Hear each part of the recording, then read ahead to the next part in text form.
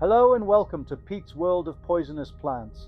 I'm Pete, and today we're venturing into a plant that isn't just poisonous, it's mind-bending. This is Salvia divinorum, the diviner's sage, a plant once sacred to shamans but now infamous for the disturbing, disorienting trips it inflicts on those who dare to use it. At first glance, Salvia divinorum looks harmless, a sprawling green herb with velvety leaves and delicate white and purple flowers. It belongs to the mint family, the same group that gives us basil, rosemary, and peppermint. But unlike those kitchen herbs, this one hides something far darker.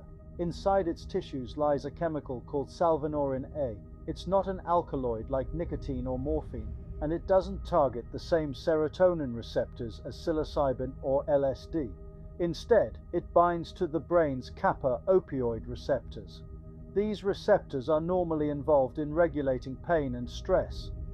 When salvinorin A floods them, the result isn't peace or euphoria, it's disconnection. Reality itself begins to unravel. Even tiny amounts can trigger overwhelming effects. It is the most potent, naturally occurring hallucinogen known to science. Just a few hundred micrograms, an amount smaller than a grain of sand, can alter consciousness completely. When smoked, the onset is almost immediate. Within half a minute, users can be torn from their surroundings. Many describe the sensation as being yanked sideways out of their own body, or pushed down by an invisible weight. The room twists, familiar faces melt away, voices distort into menacing echoes.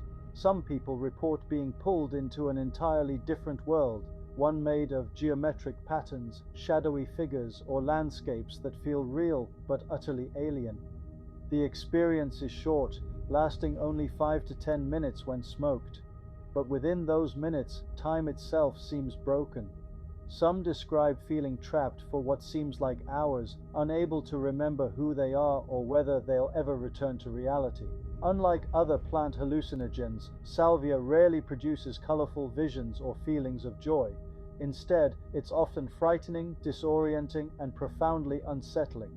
The Mazatec shamans of Oaxaca in southern Mexico knew this well. For centuries, they used Salvia divinorum in carefully controlled rituals.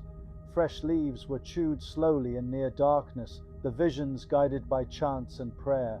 It was a tool for divination and healing, a way to diagnose illness or speak with the spirit world. Within that cultural context, salvia was not entertainment, it was sacred and it was feared. But outside of those rituals, it's another story. In the late 20th and early 21st century, Salvia divinorum became a curiosity in the West. Videos flooded the internet of people smoking it, collapsing into fits of laughter, screaming in terror, or stumbling around in dangerous confusion. Some viewers found it hilarious, but those who've tried it often describe it as one of the most unsettling experiences of their lives, and the danger is real. While salvia itself doesn't poison organs or stop the heart, the risks come from behavior. People in the grip of a salvia trip have leapt from windows, run into roads, or injured themselves because they believed they were somewhere else entirely. For some, the psychological aftershocks linger, panic attacks, nightmares, or a fear that reality is not as stable as it once seemed. Scientifically, salvinorin A has sparked fascination. Researchers are investigating whether it might be used in medicine, particularly for pain relief or even depression. But the same properties that make it interesting to science are what make it so disturbing to users. It rips away the brain's normal filters, showing you a world that feels alien and hostile. Legally, Salvia divinorum exists in a grey zone. Some countries, like the UK, have banned it entirely, classifying it as a controlled substance. Others still allow it to be sold online, often as dried leaves or highly concentrated extracts. The legal debates continue, balancing its potential as a research tool against its reputation as a recreational nightmare. So, is it deadly? Not in the traditional sense. Salvia divinorum won't cause the organ failure of hemlock or the heart-stopping toxins of foxglove. But it attacks something just as vital, your grip on reality. It leaves you vulnerable to accidents, trauma, and in some cases the sense that your mind has been permanently scarred. For the Mazatec, Salvia was a doorway to the spirits. For the modern thrill seeker, it's a doorway to chaos, and for science it remains a puzzle, a plant that may one day yield new medicines, but at a terrible price if abused. So if you ever come across this unassuming green herb, remember this: not all poisons leave burns or blisters.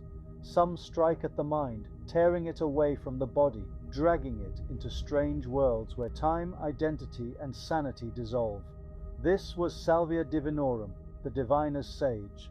Another reminder from Pete's world of poisonous plants that nature's most dangerous gifts don't always kill the body. Sometimes they kill the self.